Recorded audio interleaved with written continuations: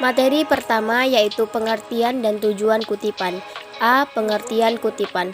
Kutipan adalah pinjaman kalimat atau pendapat dalam buku, majalah, jurnal, surat kabar, antologi, hasil penelitian, dan penerbitan-penerbitan lain. Di dalam penulisan karya ilmiah, seorang penulis mengemukakan pendapat orang lain yang berasal dari buku, sumber lain seperti artikel, laporan penelitian, dan lain-lain. Pendapat orang lain itu ditandai dengan adanya keterangan dalam tanda kurung seperti contohnya dalam kurung Prayitno DKK 2000-214-15. B. Tujuan. Pertama, sebagai barang bukti untuk menunjang pendapat penulis. Kedua, sebagai bahan bukti untuk membedakan dengan pendapat penulis. Ketiga, sebagai bahan bukti untuk perbandingan dengan pendapat penulis. Keempat, sebagai bahan bukti yang disanggah penulis. Kutipan terbagi menjadi dua macam, yaitu kutipan langsung dan kutipan tidak langsung. Kutipan langsung dapat diartikan meminjam pendapat para ahli secara utuh atau lengkap, baik itu berupa frasa atau kalimat. Kutipan langsung ini terbagi menjadi dua. Yang pertama, kutipan langsung pendek. Kutipan langsung yang kurang atau sama dengan 4 baris.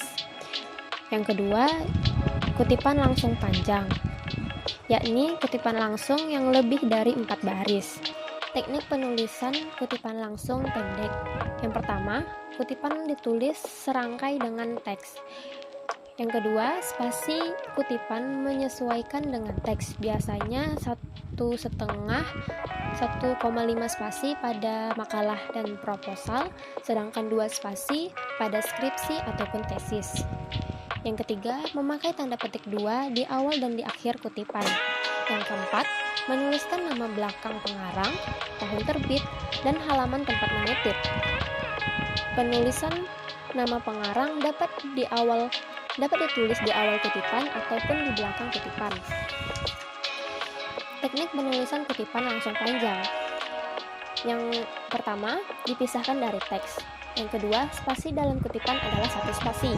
Yang ketiga, dapat menggunakan tanda petik 2 ataupun tidak, ini opsional. Yang keempat, menuliskan nama belakang pengarang, tahun terbit, dan halaman tempat mengutip.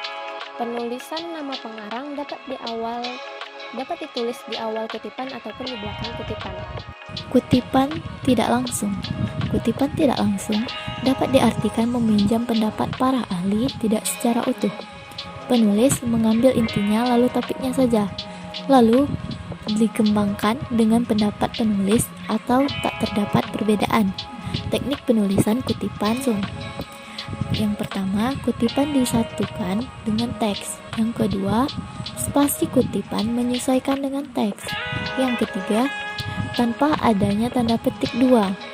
Yang terakhir, mencantumkan nama belakang pengarang, tahun, dan halaman. Contohnya, berbicara adalah suatu keterampilan menyampaikan pesan secara lisan. Kutipan tidak langsung.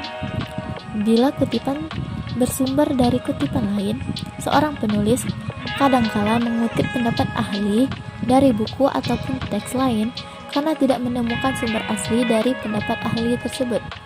Jika demikian, penulis haruslah mengutamakan tempat di mana ia memperoleh kutipan tersebut.